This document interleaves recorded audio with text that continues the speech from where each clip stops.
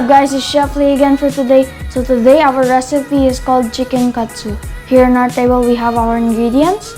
We have the chicken breast, we have the onion, we have the garlic, brown sugar and bay leaves, we have the flour, we have 3 eggs, we have potato, we have some carrot, we have curry powder, here we have garam masala, we have salt, we have black pepper, we have soy sauce, and we also have chicken breast. And lastly, we have panko breadcrumbs.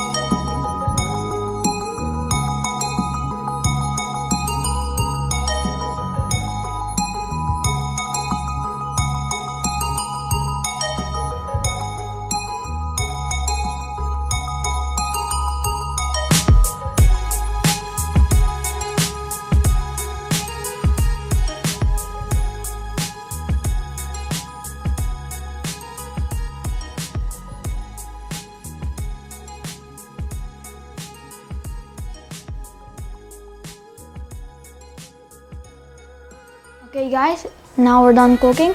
It's time for tasting.